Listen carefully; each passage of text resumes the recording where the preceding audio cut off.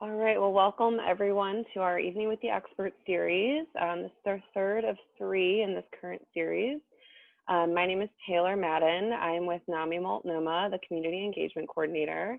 And we're so grateful tonight to have Meesha Blair here presenting. She is the Advocacy Chair for NAMI Southern Oregon, and she's going to talk to us tonight about mental health and the justice system. We have it set up so that the chat is privately to me, so I'll filter any questions. And it's also set up that way because some of this information can be very activating or triggering for individuals. And so if you feel at any moment that you want to step aside to a breakout room, I have a peer support specialist training. I'm happy to talk some things out the best I can and see if I can support you in any way. So just private chat me on the side. Let me know if you need to take a minute in a breakout room with me, and I'm happy to do that. Also, I want to let everyone know that I'm going to be sending the slides your way afterwards. I'm going to send any handouts. And again, this is also being recorded, so you can come back and watch this later on our website or on our YouTube channel. I think that was all I had, right? And Meesha, if you want to take it away. Okay. Thank you, Taylor. So, like Taylor said, my name is Meesha Blair. I'm from NAMI Southern Oregon. I just want to explain that I'm not giving legal advice tonight. I'm not a lawyer.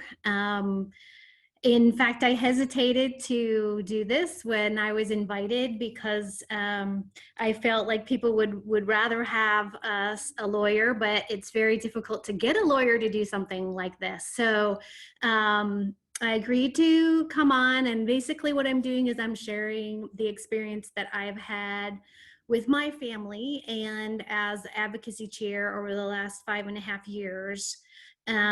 So what I'm doing is sharing experience. And I just wanted to make a mention that I've typed everything out that I'm saying. I don't typically do that for presentations because I don't like people thinking that I'm just reading to them. But in this case, I want this to be able to act as notes for you. So when you get them afterwards, and that way you don't have to maybe take so many notes as we're going along. And I really hope that I can help at least one of you with something. So that's my goal, is to be helpful in some way. So thanks for having me. So just a little bit about our family story. I won't take too much time with this, but it will explain to you why I know what I know. When our son was 19, he had his first episode of psychosis, his FEP. He believed he was in an alien simulation, and they were telling him to do all kinds of things. But what ended up happening is he and another young person stabbed a woman almost to death.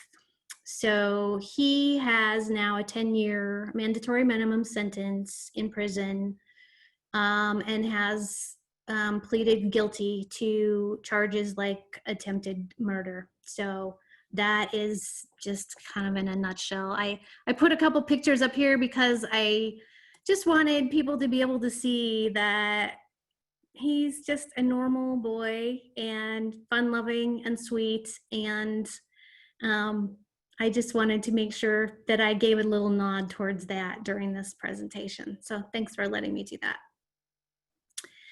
So I wanted to start with what happens before you even have contact with law enforcement. And even though this is about mental health and the justice system, I felt like this was important because I think the biggest goal that you can have is to not have any contact with the justice system if you possibly can help it. So Taylor is going to be forwarding to you folks, along with this presentation, a copy of the NAMI Family to Family Class Crisis Plan template. So you can look at that, and it's a great idea to sit down with your loved one, or if you are the person with the mental health condition, to sit down with your loved ones and make up that plan before you're in crisis. so that you have some idea what to do. And another thing I just want to mention is that I might skip over some of these bullets and let you read them yourselves, because I want to make sure that I have time at the end for questions. So if it seems like I'm going fast, that's why. But we will take questions at the end, so let me know. And you can chat those over to Taylor. So if you do get to the point where you feel like, okay, do we need to call the police? I would always suggest starting with the lowest level of crisis escalation as you can. So if you have a case manager, or if your area has, they should have a crisis line. I believe every county is required to have a 24/7 crisis line. And if you're lucky enough to have a crisis center in your area that you can take people to, we don't have that here in Jackson County, but I know some places do, so we're trying.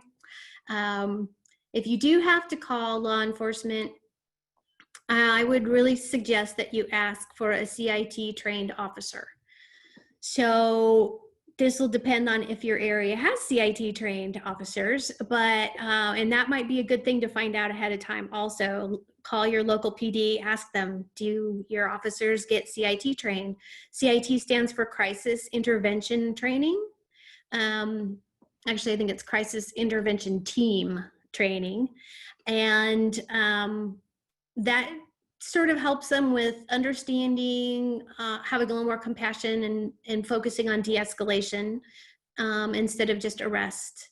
And if you are lucky enough to live in Lane County, definitely ask dispatch for Cahoots.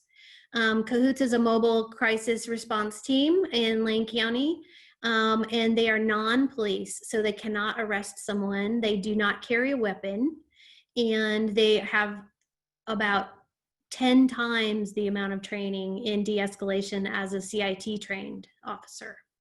So that would be great if we could get that across the state. That's what I would like. And be aware that police have limitations. So they are not really allowed to transport someone to the hospital unless there's imminent danger to themselves or others. And that can be very subjective. So you can think there's imminent danger because someone is threatening to hurt somebody, but the officer might not feel like that is imminent enough. So that bar keeps being raised. So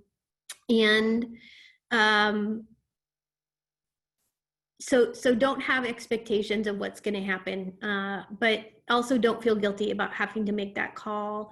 There are very few good options. In some areas have even fewer options than other areas. So if it's a matter of safety, we can work out the emotions later after everybody's safe. So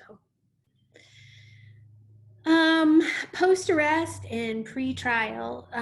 So it's really important. A lot of people don't realize this, but do not discuss anything legal at all on the phone with your loved one.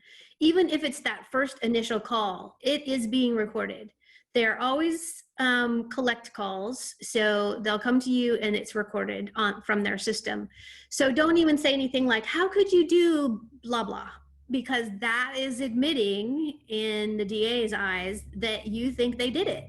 So as much as you are going to want answers, just don't ask, and don't let them tell you either, because they might want to. They might be like, this is what happened, and like, let's not talk about this on the phone. You need to talk about it with your lawyer.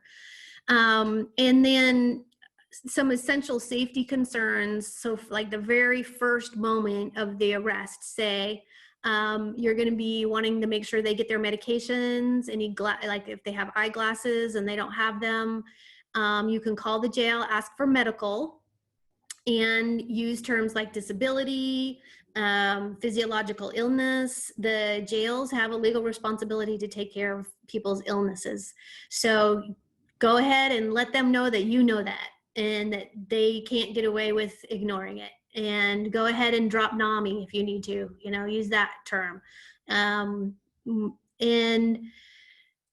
Try to connect with medical. A lot of times the front desk they're gatekeepers. So they're not going to want to let you talk to anybody. And they definitely won't pass on any message to the inmate. That just won't happen.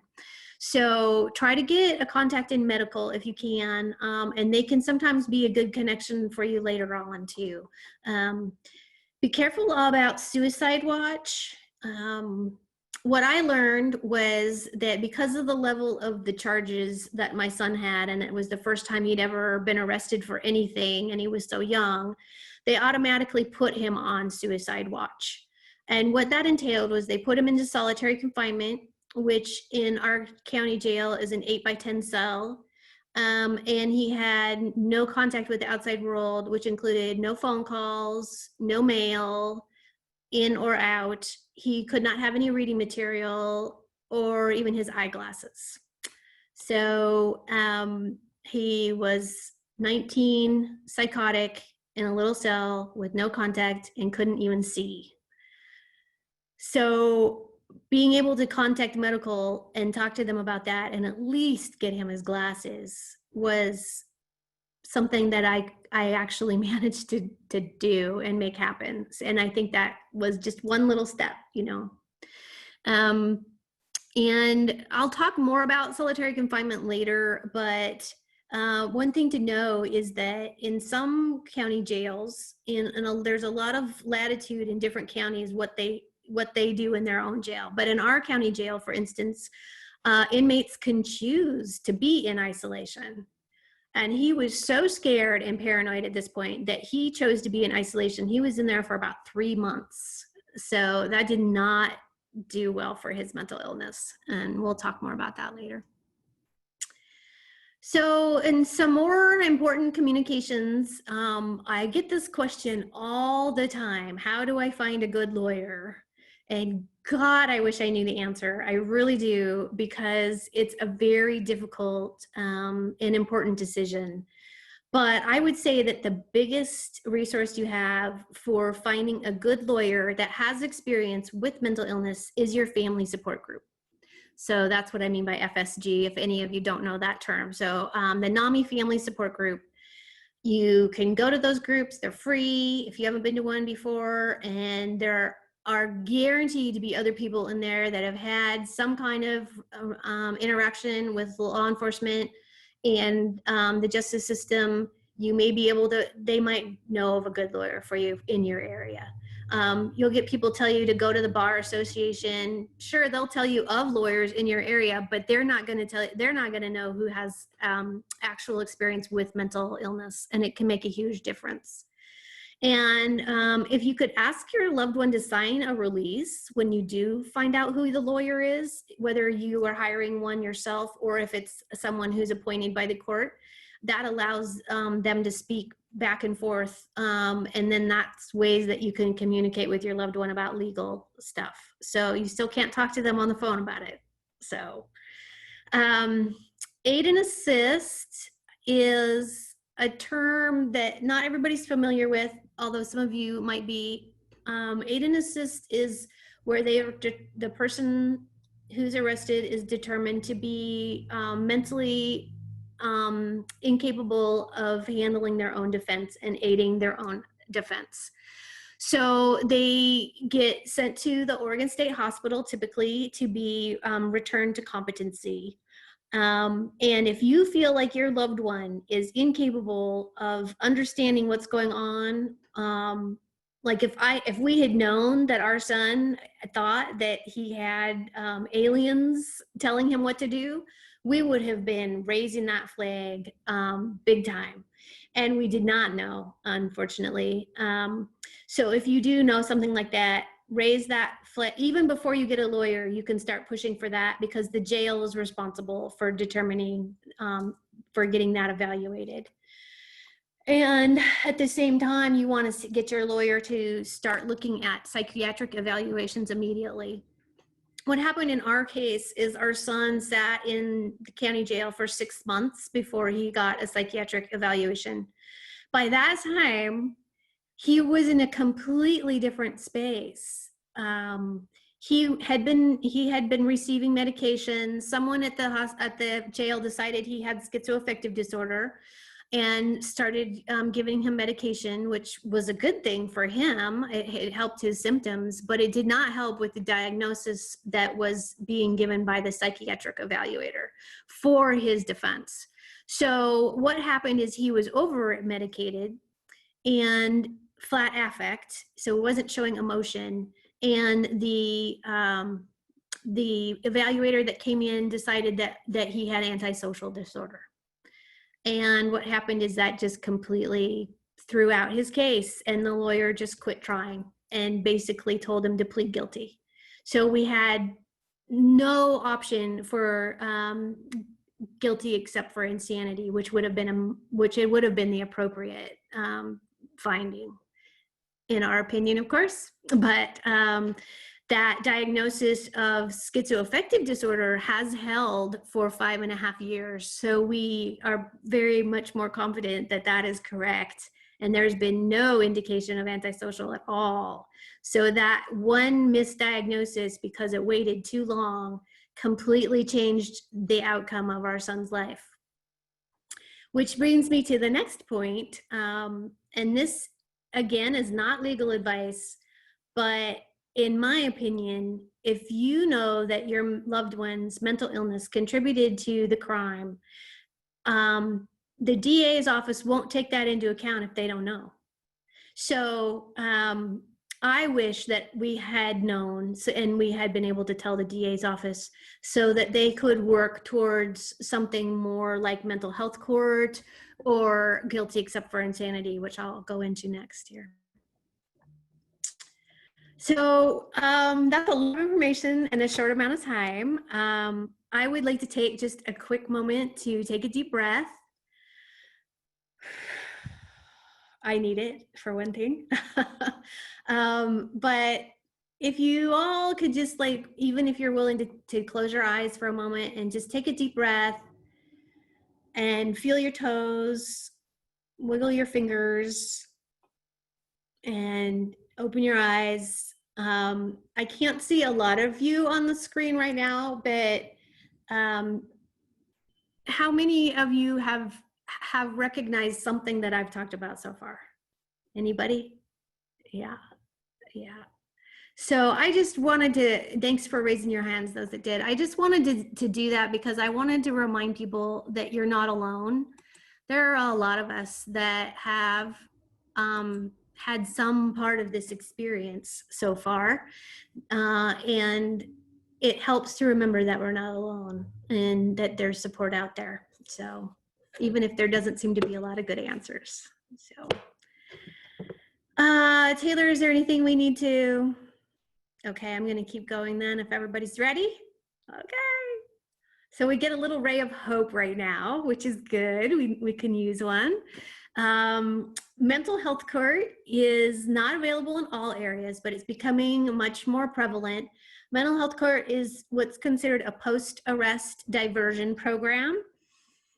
So it's for folks who have been arrested and have charges, and instead of going to jail or prison, they can opt into this program if they qualify. And it typically takes, in our area, the average is 16 months to complete the program. And it includes treatment, medication, if that's appropriate, substance use treatment, if there's a co-occurring issue, and even employment and housing. And it really is focused on getting people into a stable recovery space. And if you complete that program successfully, then your charges get dropped or expunged. And it's a great thing to look into if your loved one is facing charges, and really encourage participation in that program. Sometimes it seems easier to just go ahead and do 3 months in jail than have to do 16 months of pretty extensive treatment. But to not have charges on your name, I think, is worth it in most cases. So There are some limitations to mental health court, and each mental health court is different, so you'd have to check in with yours. It's another good thing to do ahead of time is to check if your area has a mental health court and what the referral process is. Our mental health court, anyone can refer them, and then the court looks at it. But not all mental health courts will take Measure 11 crimes, and not all of them will take anyone that has some kind of a sexual offender crime. So in our area, mental health court had just literally, it started up while our son was in county jail, and they weren't doing Measure 11 crimes yet. And of course, all of his were Measure 11. Let's see. Yep, that covers pretty much all of that. We can, if you have more questions on that later, we can ask. So that's kind of your first hope is mental health court. And then the second is to be found guilty except for insanity. So that would require going to trial. I'm almost 100% sure, unless the DA offered it. Maybe they would. I don't know that. But what guilty except for insanity does is it puts the defendant into what's called the Psychiatric Safety Review Board, or PSRB. And they start out, it's treatment based. It's all about treatment and support. So they first go to the Oregon State Hospital where they'll get stabilized, and then they step down gradually into less and less restrictive housing, supervised housing. And they still have a sentence. So that's a little different than mental health court. They'll still have to be in the PSRB for that whole sentence. But like I said, it can be a much less restrictive than the state hospital even.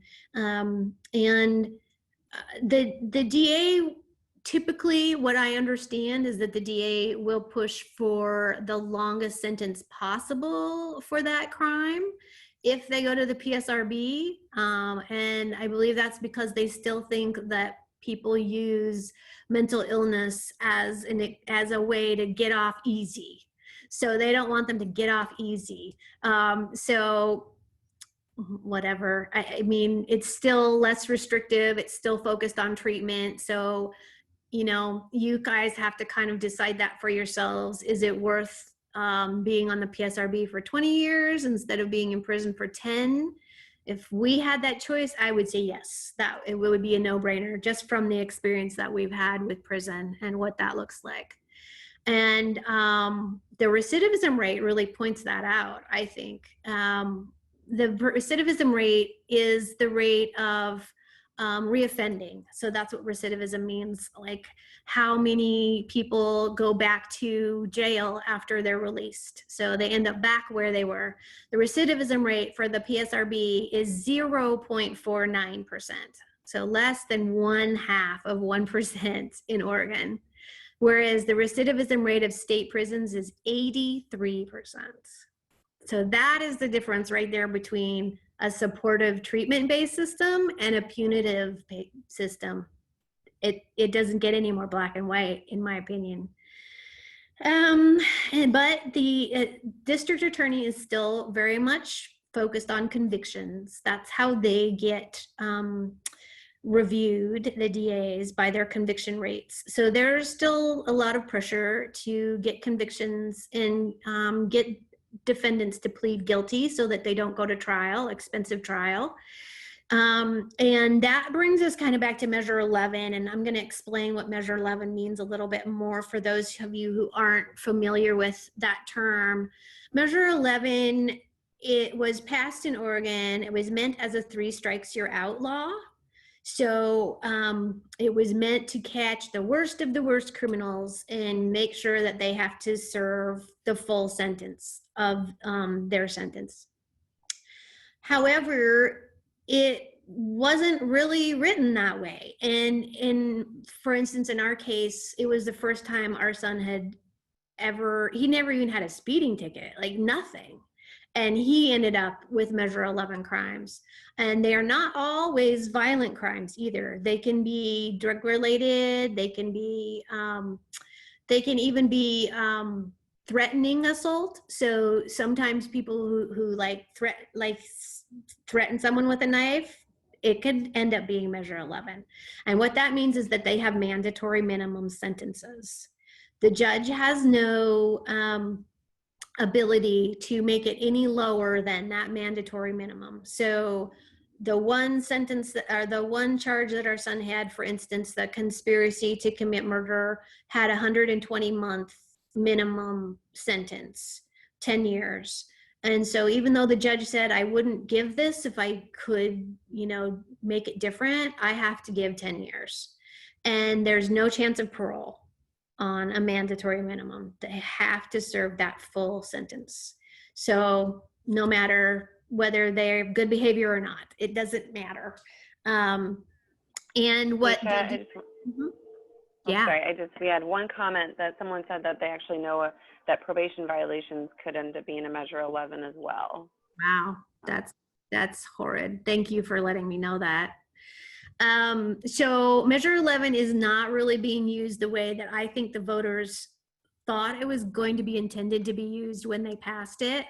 And what the DA can do then is that they can pressure the defendant to plead guilty by threatening to stack those sentences instead of serving consecutively. So my son could have had 4 90-month sentences plus 120-month sentence. It came to something like, 50 years. It was just ridiculous. Or 10 years.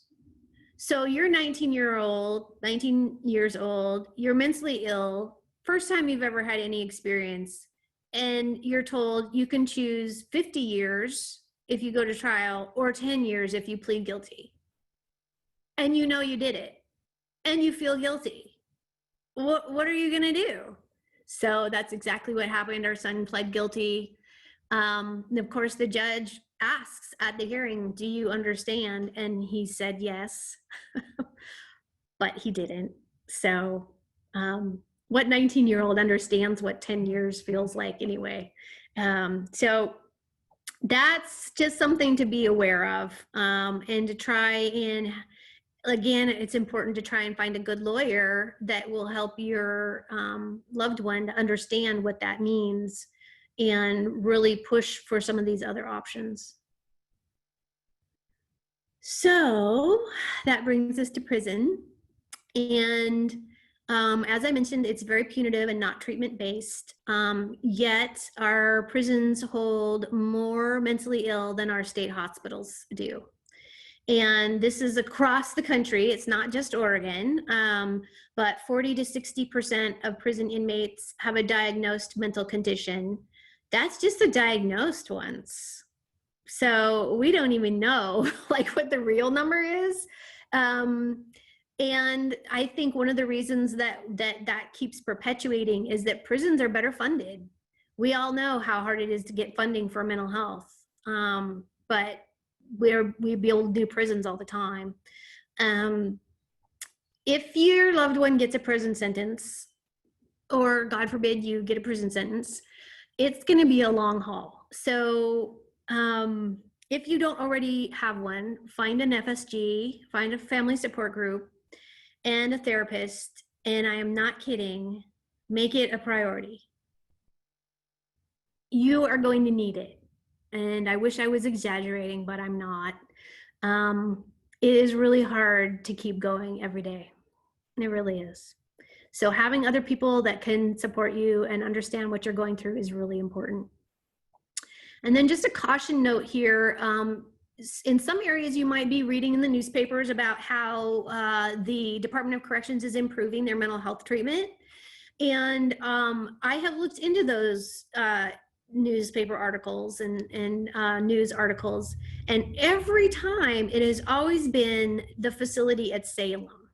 So Salem does have a behavioral health unit at the Salem prison, and it is used for the most persistent and serious and persistent mental illnesses.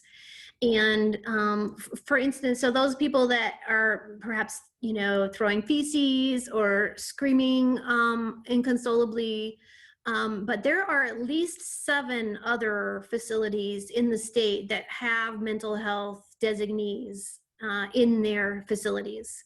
So the information that I'm giving you is for the ones that are not the Salem BHU. Salem BHU is kind of like the poster child that they put up whenever they need to show some kind of improvement, but those have not been passed along throughout the system. So that's so what if what I'm saying doesn't mesh with something that you've read, that could be why. So helping your loved one survive, and a big part of it is the prison culture, which takes a lot of getting used to. It's very different than what we're used to outside. It's very much what I say CYA, and for any of you who don't know that acronym, it stands for cover your ass. So they don't want to get fired, they don't want to get sued, nobody wants to take responsibility or be the person that admits they could change anything. So it's very hierarchical, and it's very much, it's not my job. And that can be really frustrating. And there's not a lot of listening to reason. So for instance, when my son got put into solitary confinement the first time while in prison, and it was because his mental illness flared up. And I tried to explain to the prison that solitary confinement is going to make that worse. It's actually going to make it harder for him to control his behavior. And that since it was due to an illness, it doesn't really seem right to punish him for that, but to give him some extra support. Nothing. It was like talking to a brick wall. It's policy. And that's the biggest response you get. It's policy, and I don't make the policy. And there's very little taking into account mental health conditions as reasons for behavior. So everything is incentive to control behavior. It's all about controlling behavior, right? That's all they want to do. So there's no riots, so they don't have to deal with fights. But what they don't take into account is that mental illnesses, by definition, mean that you cannot control all of your emotions and your reactions. You can't always control your nervous system. And there's just really very little acknowledgement of that. And then I talk a little bit about make sure that you keep records on any interactions that you have. Try to find a contact inside if you can. This may or may not be very useful, but it's the best you can do. So if your loved one has a mental health designation, so that'll be like an MH, and then there's a number after it, 1, 2, 3, or 4. 1 is the lowest, and 4 is like they're probably in Salem, like it's the most serious and persistent. My son has MH3, and so he's in a facility. He's at Eastern Oregon Correctional Institution in Pendleton. They have a behavioral health ward. And so I have contacted and found out who the behavioral health manager is there. And I use that to try to advocate for him. At least they know that somebody's watching. So even if you don't feel like you're making much impact, it's really important to let somebody know that, because like I said, they're all CYA, there's somebody watching. I'm paying attention, and I'm from NAMI, and whatever. I know the DRO, and I will do that if I have to, and advocate to get your loved one into a mental health ward if you can, if there is one in the facility, because those are considered soft units, and there's a lot less gang activity, and there's still some drugs. And there is. They tend to share their medications or sell them to each other. My son had someone die in his arms from an overdose while he was there, a bunkmate. So it does happen, but he assures me that there's not a lot of gang stuff that goes on in the rest of the facility. So that helps me to be a little bit, less worried and him more safe. Something that's good to know is that medication is not mandatory. So unlike if they got GEI, guilty except for insanity, and went to the state hospital, they are not required to take their medications. So if you have the ability to talk to your loved one and encourage them to be compliant, that may help them to get in solitary less often. So, and that's a good goal. Therapy, I wish I could say there was great therapy in prison. Unfortunately, there is almost no therapy in prison. Part of that is the culture. So, the way that it was explained to me, they don't want to have an inmate go in with a therapist for an hour, get triggered and traumatized, and then send them back to a dorm with 60 guys who also have mental illness, or some of them might be predators. It's not safe to send them back into that facility, that situation, in that state of mind. So they avoid talk therapy, actually, and avoid especially dealing with whatever it was that brought the inmate there. So in the 5.5 years since my son stabbed a woman almost to death, he has never been able to speak to anybody about it. And at this point, we have to accept that, because we don't want him going back to the dorm traumatized either. And we've had to accept that it's just the way it is, and we'll have to deal with that when he gets out. So the one-on-one sessions that they do have sometimes are more like a DBT type situation. So they'll talk about coping mechanisms, or they might talk about like what's happening in the dorm right now, or with your interrelational, situations. And those have to be pre-approved, and they get 8 pre-approved, and then they have to apply again to get them pre-approved. And never has that happened automatically in our experience. I've always had to push for him to get one-on-ones again. So, and one of the reasons I do that is that my son doesn't feel safe in the groups, for the same reason that we talked about with the dorms. The whole culture in the prison is don't show weakness. So don't show emotion. Don't talk about what doesn't work for you. Like that's the whole premise for everything. So a group like that is not a comfortable, safe place. And as we all know, therapy isn't really effective if we don't feel safe.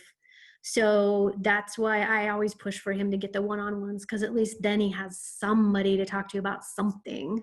And really, most of the time, I feel like I am his therapist, and I'm not a therapist. So in a normal situation, I would never, ever, ever try to be one. But sometimes in situations, it's about survival. It's about doing the best we can with what we have. So I have done my utmost to study and study and study, and take the family to family class, and read up on schizoaffective disorder, and even antisocial, and medications, and help him the best way that I can. So because that's all I can do.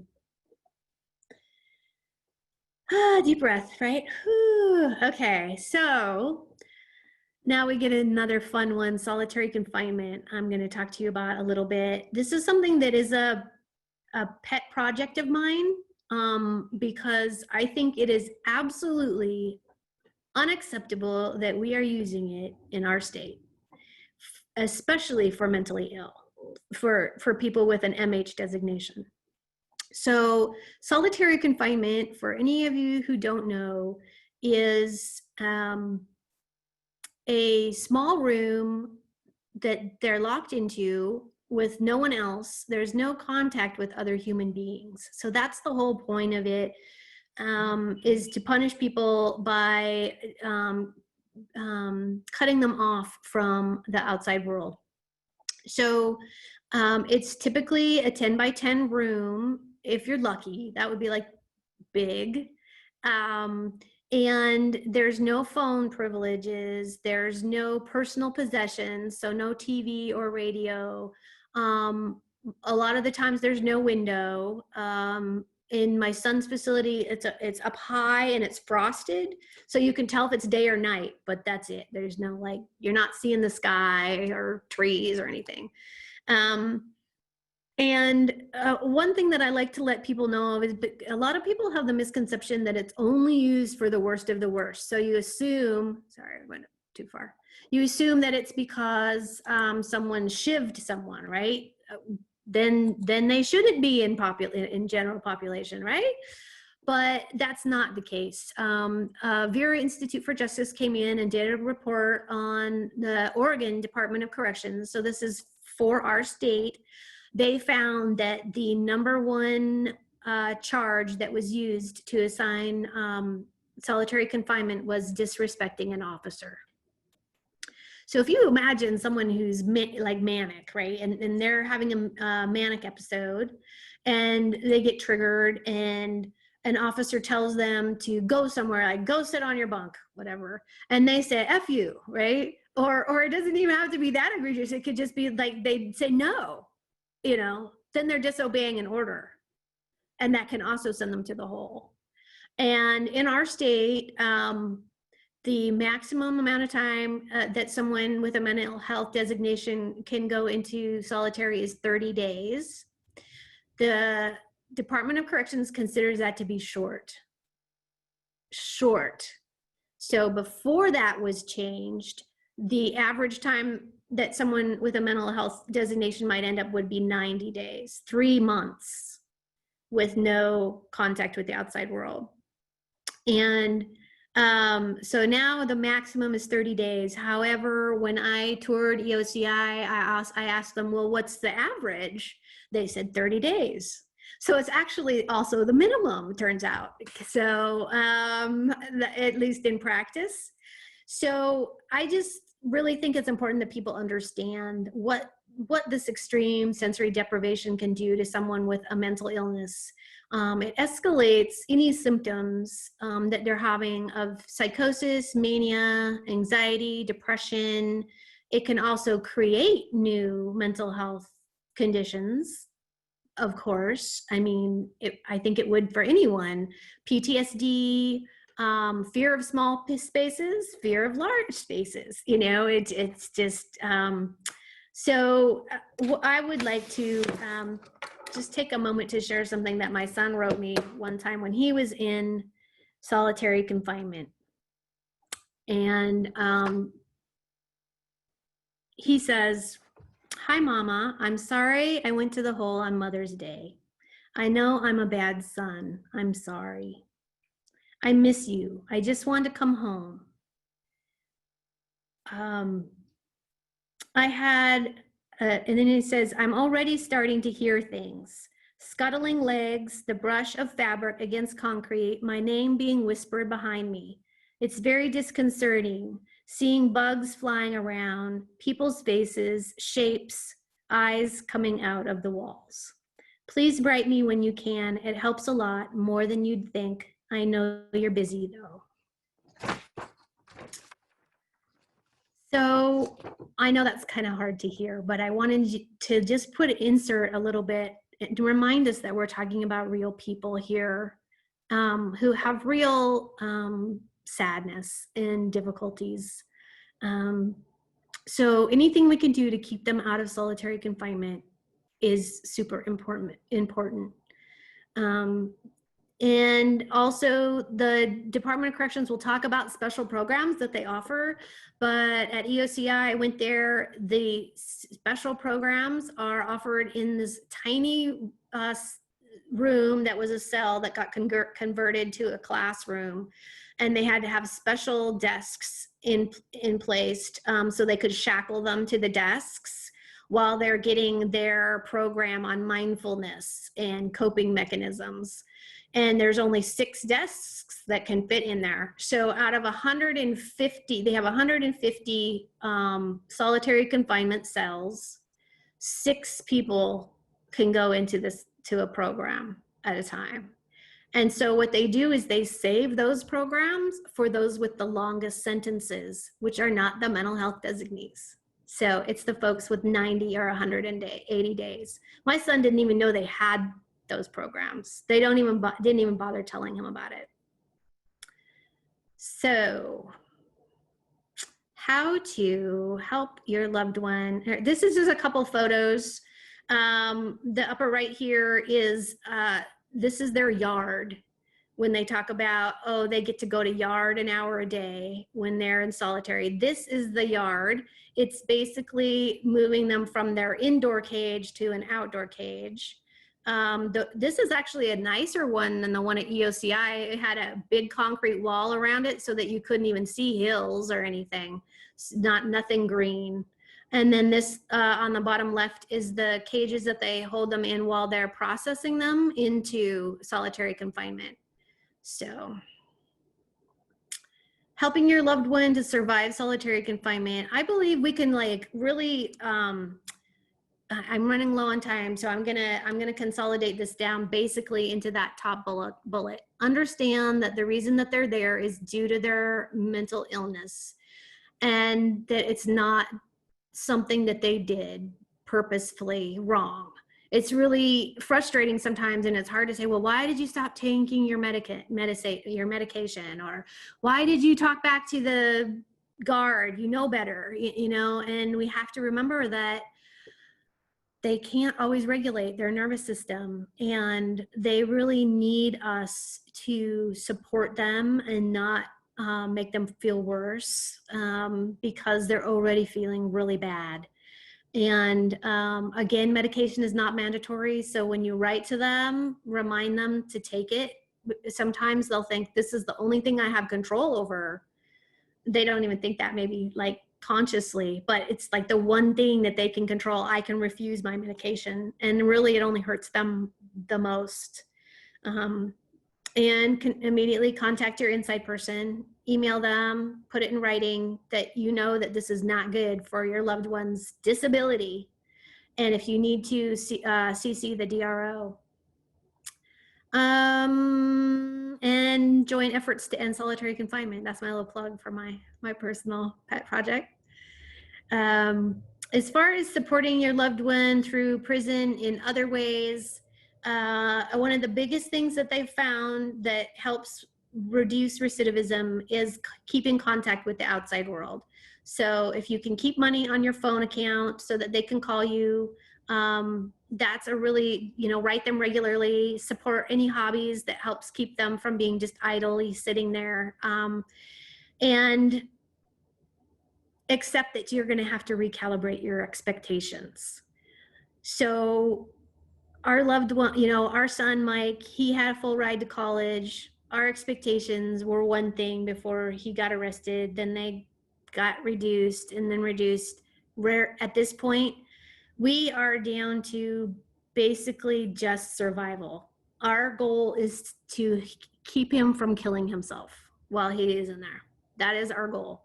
And get him out, and then we can set other goals. But that is the level of our goals right now. And even rehabilitation programs, they very much discriminate against mental illness because it's a level system. So what that means is they go in and they start at a level 1.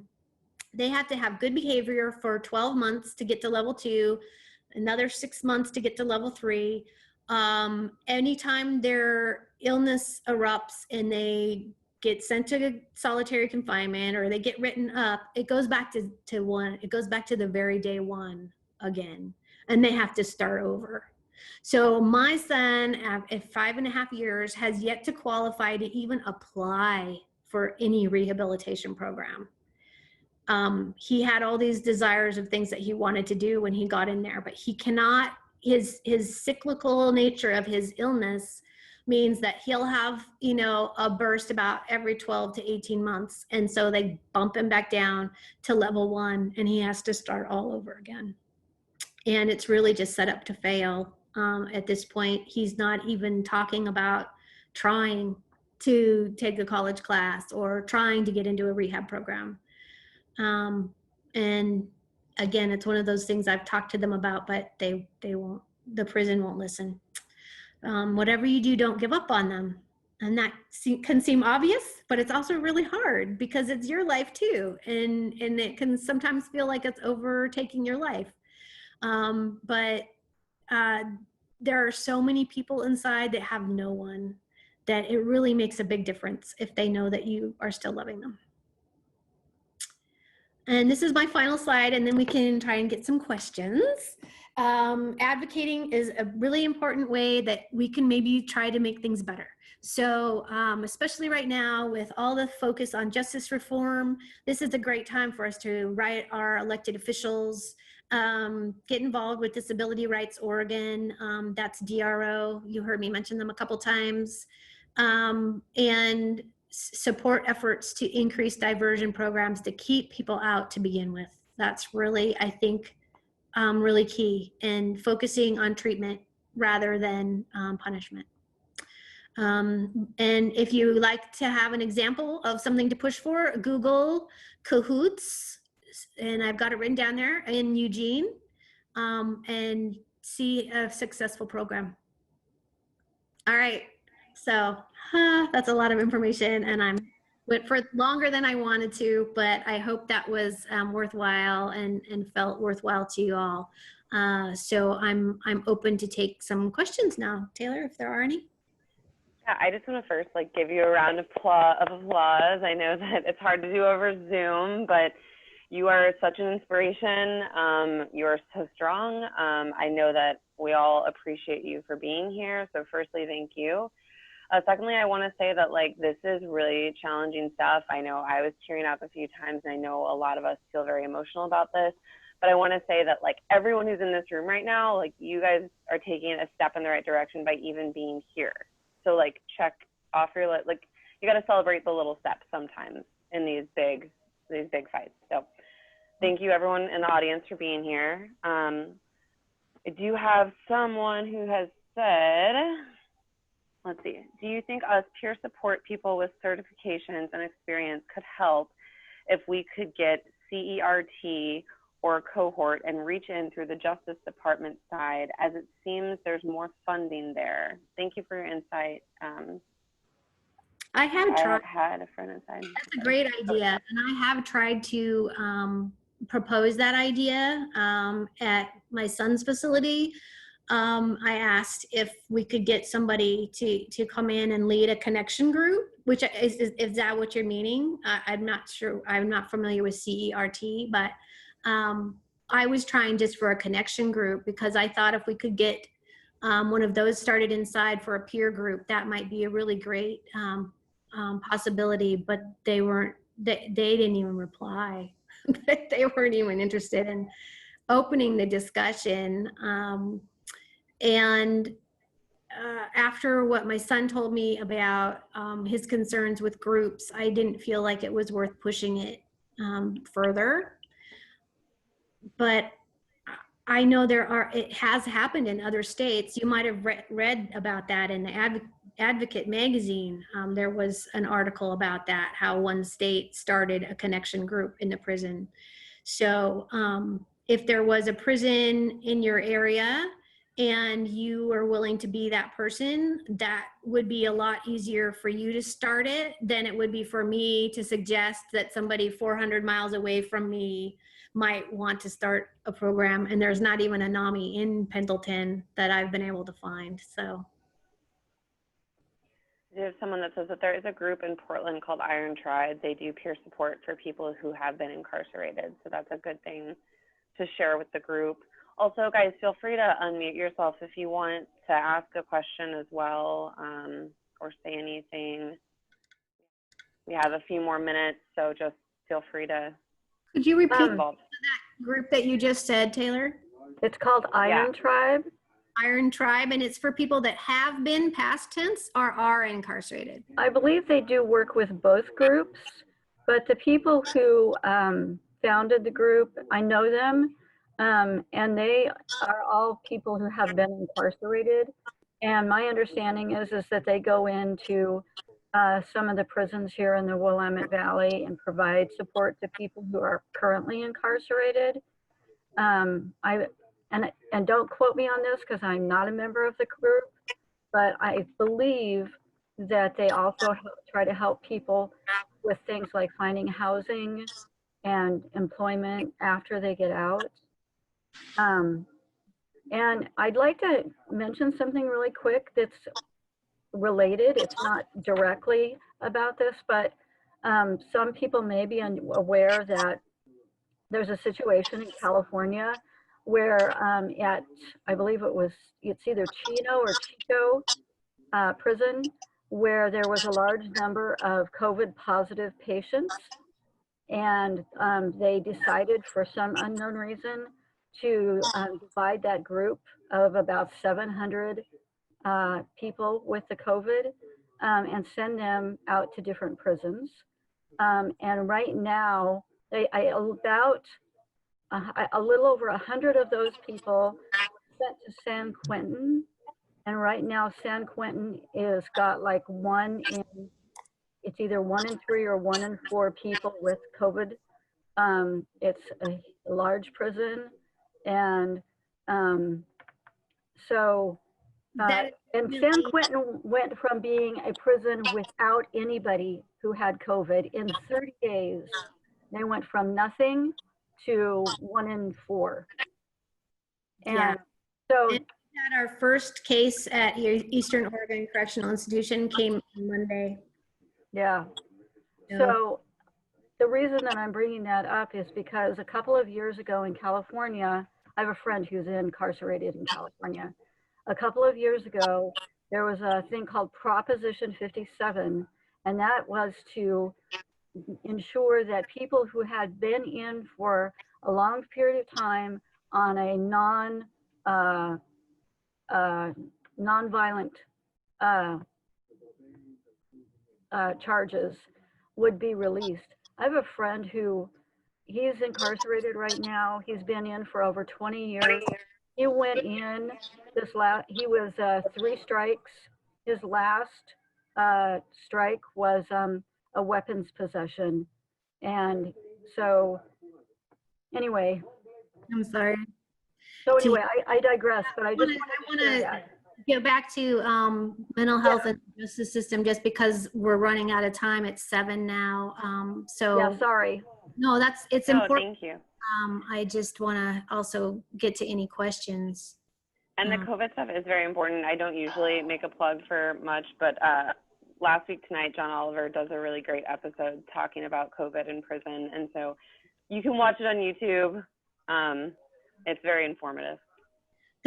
So to let you know, there was a movement that tried to get people released in Oregon, but the governor decided not to do that because she felt like there was not enough support systems to release a lot of people all at once. So that was her response. I just want to Does say, anyone else have any questions? Oh, Pat, go ahead. Meesha, your son is so lucky to have you as his mother, and the advocating and the knowledge. My son is now 46, and he also was diagnosed with I'm sorry, I'm not saying it right. Schizophrenia. What's the first part of it? Yes. And he didn't want to talk to me or any family member. So we couldn't do anything. You gave all this wonderful information that I didn't have that information years ago, but it wouldn't have helped in that situation. Yeah. And he still has no contact for 16 years now. I'm sorry. Yeah. Anyway, I just wanted to compliment you on this information you've provided. And well, there's a lot of people that don't know this information, and that's why I agreed to do this talk, is because I think a lot of times inmates don't want to share it because they either don't feel connected with family because of their illness, or they don't want to make them worry, or they just don't want to think about it. Like, I don't want to talk about that kind of stuff, you know, and who can blame them? And then when they come out, they just want to move on with their lives. They don't want to keep looking at that stuff. And so I think it perpetuates this secrecy that has become the norm around all of this. You know, there's no transparency. And I think if 90% of the population knew what I just told you all, would there not be an uprising? I don't see how there couldn't be. So that's the one way that I feel like maybe I can help bring about a change, is just to keep elevating the awareness. So thanks for that comment, Pat. Thank you. I've heard you mention NAMI over and over and over, and I'm not familiar with that acronym. Could you explain a little bit about it? Sure. So NAMI is the host of this program, and that's why I assumed everybody knew it, and I apologize. But NAMI stands for the National Alliance on Mental Illness, and it is a group of people that are dedicated to improving the lives of anyone affected by mental illness, whether it's themselves or loved ones. And it's basically all volunteers. I'm sorry. Somebody's unmuted and it's washing out everything you're saying. Okay. Can you hear me now? Is that any better? I think that's better, Meesha, yeah. Okay. Okay, so the National Alliance on Mental Illness is what NAMI is, and it's a volunteer organization, nonprofit, that is dedicated to improving the lives of anyone affected by mental illness. And yeah, all of our programs are free. It's just a great way to get involved. Yeah, it's based on the idea of strength through shared experiences. So we're not a bunch of providers. We're actually people living through this stuff, and we're sharing experiences with each other. And I think that's what really makes it unique, in my opinion. Thanks for asking, John. Just real quick, I would like to add something. I'm not sure. Thank you, Meesha, for the amazing speech. You're absolutely an amazing advocate for all of those dealing with stuff like that. Thank you. I personally really appreciate the speech, and the presentation is amazing. You did an amazing job, and I just would really like to add this really quick. I'm not sure if anybody is familiar with the Initiative Petition 44 or IP 44. Yeah. If any of you guys are not familiar with it, this initiative is supposed to bring drug addiction treatment and recovery services for people. And as we know, a lot of the times drug addictions and mental health illnesses go connected hand by hand. So a lot of those people, like she said, they need treatment, not punishment. So this measure just passed, and we're gonna make it to the ballot here in November. And I would love for you guys to have the support. I'm gonna just post real quick a link on the chat if you guys want to look at it. Thank you. I think it's also a good paradigm shift that could continue on into mental health. So basically it's promoting the idea of treatment instead of jail for substance use disorder. And I think if we can move in that direction for substance use, then it'll be a less of a push to do the same for mental health. And so I think there's more linkage there than is obvious right up front. But I think that is a really good movement to be making. So thanks. And folks, I just opened up the chat so you can share anything with the whole group now. So feel free to put anything in there to everyone that you want to share to the group. Links, resources. And I will be sending out all of this information as well, all the slides. I'll collect information from the chat and put more resources in there. So you'll get a follow-up email very soon from me. Yeah, I think that we're kind of going over a little bit. I want to make sure that everyone can, log off and do some self-care this evening after this heavy talk. So Do we have any other last minute questions? Yes, you Yeah, Pat. mentioned the YouTube channel. Can you tell us exactly how we'd locate that? Yeah, I'll send you a link. Okay. But you could also go to YouTube and type in NAMI Multnomah. Since we're the Multnomah affiliates kind of hosting this one, it'll be on our YouTube page. But I'll also put it on our website. I am sure, I'll send you guys all the links so everyone in this room will be able to access it from the email I send you. But yeah. Thank you. Of course. And I'm putting this back so that you guys have my contact info. If there's a question that you have that maybe feels, let's see, somebody's not muted here, but that feels like you don't want to ask it in the group, or it comes to you afterwards, there's my email, and I'll do the best I can to help. I mostly have learned from trial and error, so but that's all we can do sometimes. So and then I put a few resources on there if you're interested in some more information around like solitary confinement and justice reform. So thank you so much, Meesha. I will appreciate you so much. I want to give you a round of applause, and thank you so much. And thank you guys all for being here. I think we'll go ahead and wrap up for now. Again, this recording will be available later if you want to rewatch any of it. So thank you. and thanks for the honor of having me here, guys. I really appreciate it.